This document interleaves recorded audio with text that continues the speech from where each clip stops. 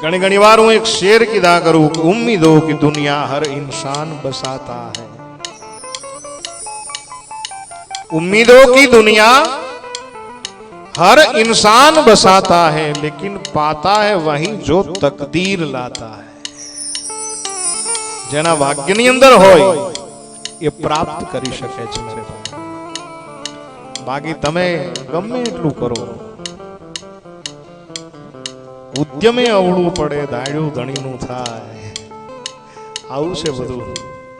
અને એટલા માટે કહું કે તમે ઘણી બધી ઈચ્છાઓ કરો છતાં પણ ન મળે તો ભજન વધારો, ભક્તિ વધારો, ઈશ્વરની સમીપ જાઓ, ઈશ્વર રાજી થશે।